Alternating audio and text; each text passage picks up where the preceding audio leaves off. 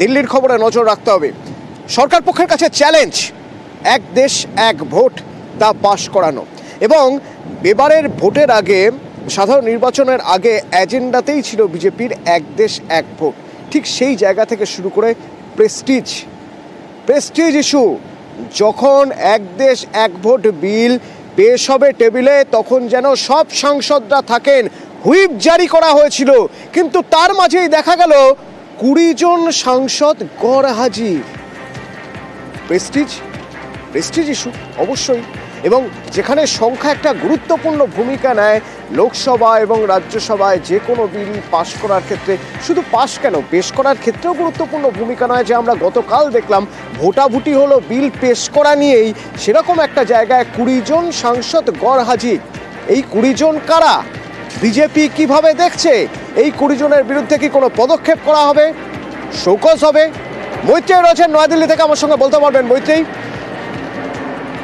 দেখো, ইতিমধ্যে এই 20 জন সাংসদকে শোকজ করা হয়েছে বলে আমরা জানতে পারছি, এবং তার মধ্যে বেশ কিছু শীর্ষস্থানীয় সাংসদ এমনকি কেন্দ্রীয় মন্ত্রীও রয়েছেন বলে আমরা জানতে পারছি। দেখো, গতকাল লোকসভায় one nation one election bill পেশ করা হবে, এবং সেই কারণে বিজেপির তরফ থেকে 3 লাইন হুইপ জারি করা হয়েছিল। এই 3 লাইন হুইপের অর্থ হচ্ছে যে কোনো একজন, যাদের জন্য এই হুইপ জারি করা হচ্ছে, তাদের অবশ্যই উপস্থিত থাকতে হবে এই ভোটাভুটির জন্য, এবং যদি কেউ কোনো শারীরিক কারণে বা অন্য কোনো কর্মসূচির কারণে উপস্থিত থাকতে না পারেন, তাহলে তাকে সেটা পার্টির চিফ হুইপকে জানাতে হবে।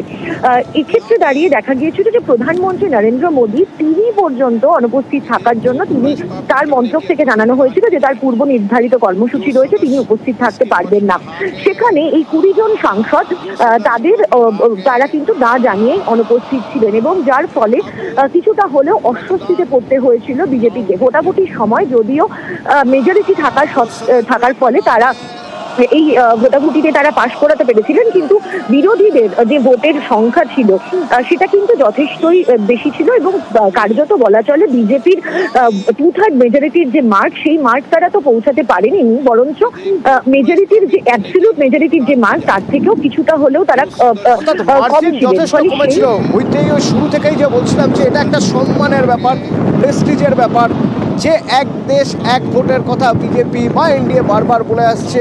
সেই বিল পেশ হওয়ার সময় হুইপ জারি করার পরেও যখন গরহাজির থাকেন সাংসদ, গুরুত্বপূর্ণ মন্ত্রী, তখন তাদের বিরুদ্ধে শোকজ তো করতেই হবে, যেমন শোকজ করা হচ্ছে ইতিমধ্যেই আমাদের কাছে যে খবর রয়েছে। এবং আরও গুরুত্বপূর্ণ জায়গা হলো, এতে লাভ কি হলো? এতে যা লাভ হলো তা কোথাও যেন বিরোধীদের লাভ হলো। কেন লাভ হলো? না, 2/3 মেজরিটি দরকার, মার্জিন কিছুটা কমে গেল। ভোটাভুটিতে বিরোধীরা হয়তো হেরে গিয়েছে গতকাল, কিন্তু বিরোধীরা যে এক কাট্টা, সব বিরোধী রাজনৈতিক দলগুলো যে এক কাট্টা, তার প্রমাণ মিলল গতকাল। তাহলে কি বিজেপি অস্বস্তিতে পড়ল? না, বিজেপি কিন্তু কটাক্ষ করছে।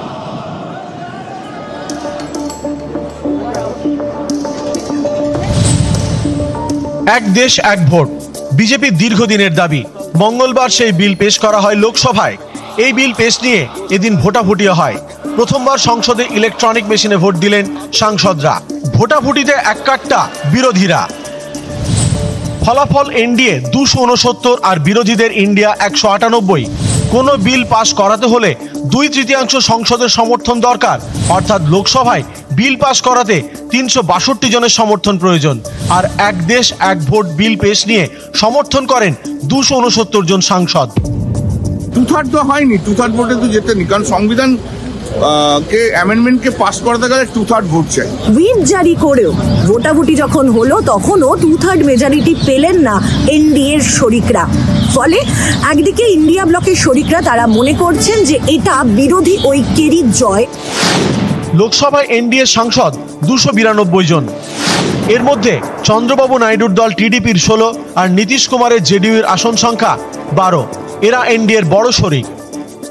ইন্ডিয়া অ্যালায়েন্স বলতে যেটা বোঝায়, তার প্রকৃত প্রতিফলন আজকে ঘটল। Total United.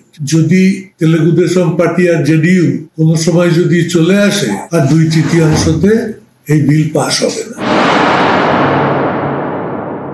তৃণমূলের কাছে নির্বাচনটা কোনো চয়েস নয়, কম্পালশন।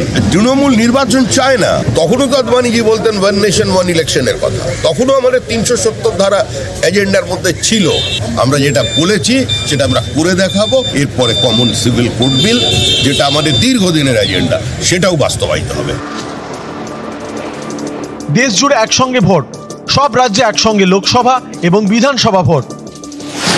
2029 সালে প্রথম সংসদ অধিবেশনের 5 বছর পর থেকে এই নিয়ম কার্যকর করার প্রস্তাব। 2034 সালের লোকসভা নির্বাচনের সময় থেকে এক দেশ এক ভোট বিল কার্যকর করার প্রস্তাব দেওয়া হয়েছে। অর্থাৎ 2034 সাল থেকে দেশ জুড়ে একসঙ্গে হবে লোকসভা এবং বিধানসভা ভোট। এর আগে যে যে রাজ্যে বিধানসভা ভোট হবে সেই সব সরকারের মেয়াদ থাকবে পরের লোকসভা ভোট পর্যন্ত। অর্থাৎ 2031 সালে বিধানসভা ভোটের পরে পশ্চিমবঙ্গে যে সরকার তৈরি হবে তার মেয়াদ হবে 3 বছরের, 2034 সাল পর্যন্ত। আপাতত এই বিল জয়েন্ট পার্লামেন্টারি কমিটির কাছে যাবে এবং সেই কমিটির কাছে গিয়ে বিস্তর আলোচনা হবে। কবে এই বিল চূড়ান্তভাবে পাশ করানোর জন্য সংসদে আসে এখন সেটাই দেখার। নয়াদিল্লি থেকে মৈত্রী ভট্টাচার্যর রিপোর্ট, নিউজ 18 বাংলা।